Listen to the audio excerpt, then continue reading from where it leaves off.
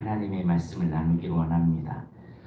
이번 달 이제 얼마 남지 않아서 이번 달 동안 시편을 좀 다루다가 다음 달부터는 사사기의 말씀을 나누려고 합니다.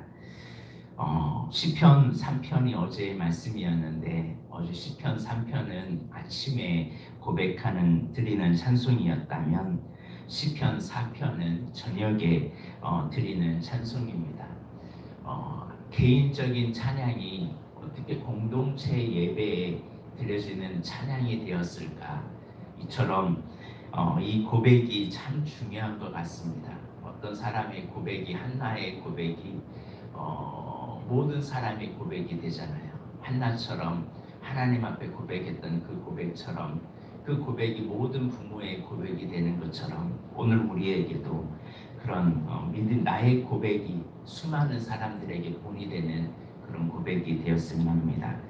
오늘 1절에 보면 하나님이 자신을 어떻게 대해 주었는지 1절에 4가지의 동사를 통해서 말씀해 주고 있습니다. 처음에는 응답하소서, 너그럽게 하셨다, 또 은혜를 베푸사, 또 들으소서라는 4개의 동사가 있습니다. 그런데 이 4개의 동사 중에 3개의 동사는 명령형으로 써 있는데 두 번째 너그럽게 하셨다라는 이 완료 시제로 지금 쓰고 있다는 사실입니다.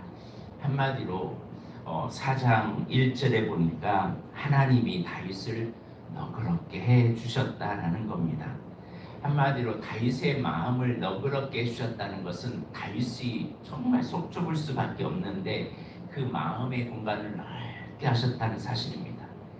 다윗이 어려움을 겪고 있는 중에 마음이 좁아지면요, 염려와 걱정과 불안과 고통 속에 있을 수밖에 없지만 그 마음을 크게 버리니까요, 모든 것을 다 합리화시키고 이해하게 되고 그냥 쉽게 생각하게 되었다는 사실입니다. 어려운 시기에 하나님이 그의 마음을 넓게 하신 것도 은혜요 은총이라는 사실입니다. 어려움을 당하면 사람들은 마음이 좁아지고 또 예민해지면서 어리석은 선택을 할 수밖에 없습니다. 왜냐하면 조급하게 결정하게 되고 염려하게 되니까 불안하다 보니까 다른 사람의 말에 흔들릴 수밖에 없습니다. 그런데 그 감정적인 선택은 오히려 자신을 넘어뜨리는데 4장 1절에 보니까 내 의의 하나님이 나의 마음을 너그럽게 하셨다라고 고백합니다.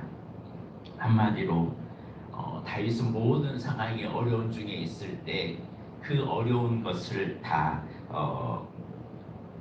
뭐라고 생각하냐면 그 어려운 것을 의의 하나님을 바라보면서 그 모든 문제를 해결하였기에 그 마음이 넓혀졌습니다. 그걸 어떻게 볼 수 있냐면 4절에 보면 알 수 있습니다. 4절에 너희는 떨며 범죄하지 말지어다. 지금 여기서 너희는 누구를 상징하냐면 악인들을 상징합니다. 다윗을 향하여 공격하고 다윗을 무너뜨리려고 하는 그 악인들을 향하여 다윗은 오히려 그들에게 선포합니다. 왜냐하면 하나님이 그 마음을 넓게 하시니까 오히려 너희는 떨며 너희는 범죄하지 말라, 자리에 누워 신중히 말하고 잠잠할지어다 라고 할 정도로 아주 담대하게 말하고 있습니다. 마음이 넓어지면요, 원수를 향해서도 권면하게 되고요, 대적들은 더 이상 범죄하지 말라고 충고합니다. 한마디로 하나님과 의의 제사를 드렸던 하나님과의 관계가 회복되니까 사람 앞에서도 분노하지 아니하고 오히려 저들을 향하여 긍휼히 여기는 마음을 갖게 됩니다. 그래서 2절에 인생들아 어느 때까지 나의 영광을 받고 욕되게 하며 헛된 일을 좋아하고 거짓을 구하려 하는가. 그런 거 바라보지 마라. 하나님이 찾으시는 사람은 경건한 사람이다. 그러면서 말씀을 계속 이어가고 있죠. 인간의 상식으로 납득할 수 없죠. 우리는 그런 악인들이 있으면 하나님 저런 악인들 좀 벌 좀 내려주세요. 저런 악인들 가만히 내버려 두지 마세요. 이렇게 기도할 텐데 다윗은 오히려 이런 악인들을 향하여 하나님 두려워할 줄 알고 하나님을 바라보라고 이렇게 권면하고 있다는 사실입니다. 그러면서 7절에 뭐라고 말하는지 한번 7절 말씀을 보겠습니다. 시작. 주께서 내 마음에 두신 기쁨은 그들의 곡식과 새 포도주가 풍성할 때보다 더하니이다. 다윗이 왜 기뻐할 수 있었을까요? 하나님이 그의 마음을 넓게 하시니까요. 모든 것이 합력하여 선을 이루실 주님을 바라보게 되는 겁니다. 그러니까 그 긴 광야 속에서 쫓기는 인생 속에서도 그는 기뻐할 수 있었다는 사실입니다. 우리의 삶에요, 광야는 분명히 있습니다. 근데 이 광야가 분명히 있어도 내 삶이 자꾸 그 광야만 바라보면 원망과 불평이 끊이지 않고 입술에서 짜증과 이 삶을 살길 싫어하는 그런 마음밖에 없지만, 그러나 이 광야를 통해서 일하실 나와 함께 하실 그 주님을 바라볼 때 우리 마음이 넓어지게 됩니다. 그러니까 똑같은 어려움 중에 있어도 그 문제를 해결할 힘이 있어요. 인간이 참 신기한 거는요, 가장 어려우면요, 어려운 방글라데시 같은 그 도시는 정말 어려운 나라거든요. 근데 행복도는 전 세계 1위예요. 1위. 그런데 선진국으로 가면 갈수록 행복도는 최하입니다. 이유가 뭘까요? 못 살아서 그럴까요? 아니에요. 그 마음이 달라요. 바로 눈앞에서 사람이 죽어가고 아파하고 있어도요, 그 마음이 넓어지니까 사람들이 그것을 극복할 수 있는 생각이 달라요. 근데 옛날에는, 어렸을 때는 그렇게 마음이 넓었던 사람이요, 살아오면서 이리저리 치우면서 자기 힘으로 살아가려고 하다 보니까 오히려 더 힘든 일을 경험하게 됩니다. 어린아이들은요, 기쁨이 있습니다. 걱정이 없어요. 왜요? 맡기니까. 부모에게 완전히 맡기고 그냥 다른 것 생각하지 않습니다. 과거의 것, 어제의 것, 내일의 것 염려하지 않아요. 오늘 하루에 만족합니다. 오늘 하루 즐거운 일 있으면 즐겁고 오늘 하루 울면 울어요. 그리고 내일 지나면요, 어제의 일을 잊어버립니다. 그리고 또 오늘 즐거운 일을 또 바라보며 살아가죠. 이게 믿음의 사람의 모습이어야 할 것 같아요. 우리 믿음의 사람은 과거에 매이면 우리는 행복을 잃어버립니다. 나의 과거가 이랬다라고 과거에 치우치면 내 과거에 나를 힘들게 했던 사람들이 자꾸 떠오르고, 그 과거에 나에게 아픔을 주었던 일들이 떠오르면 삶이 행복하지 못하죠. 이전 일을 기억하지만요, 옛날 일을 생각하지 마라. 주님께서 우리에게 말씀하신 것입니다. 과거를 자꾸 끄집어내면요, 내가 불행해집니다.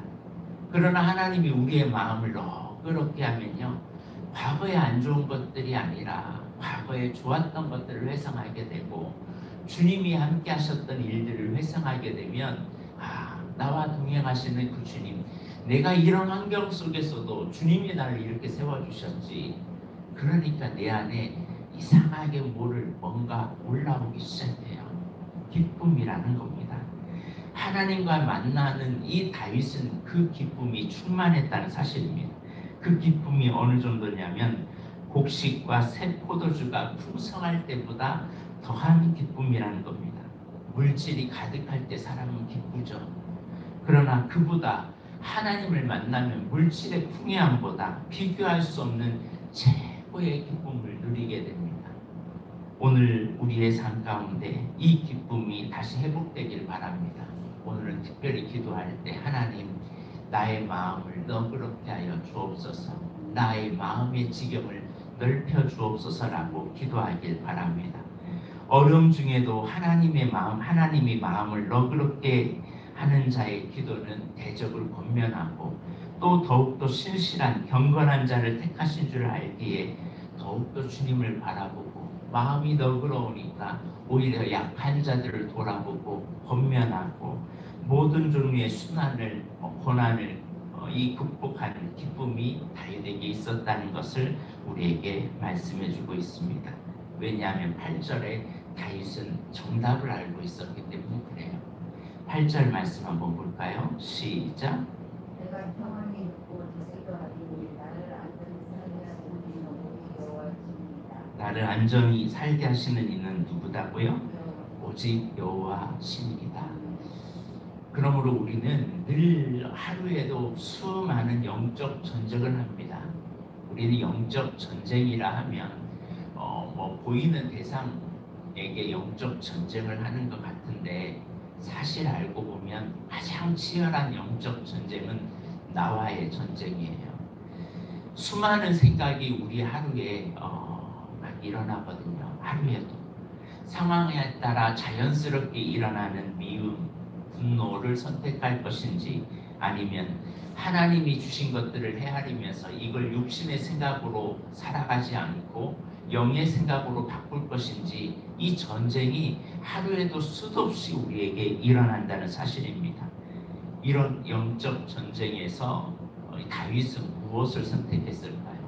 원수를 보고 미워하고 분노하는 것을 선택하는 게 아니라 그는 마음을 지키는 편을 선택했다는 사실입니다. 왜냐하면 그가 내가 부를 때 응답하시는 분이었고, 나를 너그럽게 하시는 분이셨고, 내가 주님을 찾을 때 은혜를 주시는 분이셨고, 나의 기도를 들으시는 분이시기 때문에 나의 안고 일어섬을 하시며 나의 생각을 통촉하시고 나를 안전히 살게 하시는 분은 여호와이시기 때문에 나는 경건하게 살기로 결단했다는 사실입니다. 한마디로 과거와 현재를 통해서 하나님이 허락하신 수많은 은혜를 떠올리고 그 기쁨을 찾았기에 그는 절대로 흔들리지 않았다는 사실입니다. 그러므로 생명의 근원이 어디에서부터 나온다고 성경은 말씀하고 있나요? 우리의 마음에서 나왔거든요. 그러니까 오늘 밤에 이 저녁의 시를 읽으면서 우리의 마음을 다시 한번 점검해야 돼요.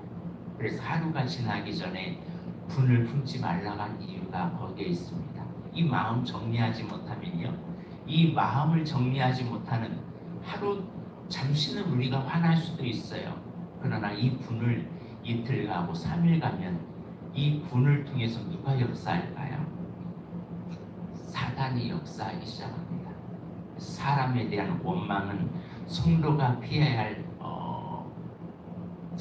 반드시 피해야 할 마음이고, 사람을 향한 마음은 이것이 엄청나게 우리를 영적으로 타격을 준다는 사실을 잊지 마시길 바랍니다.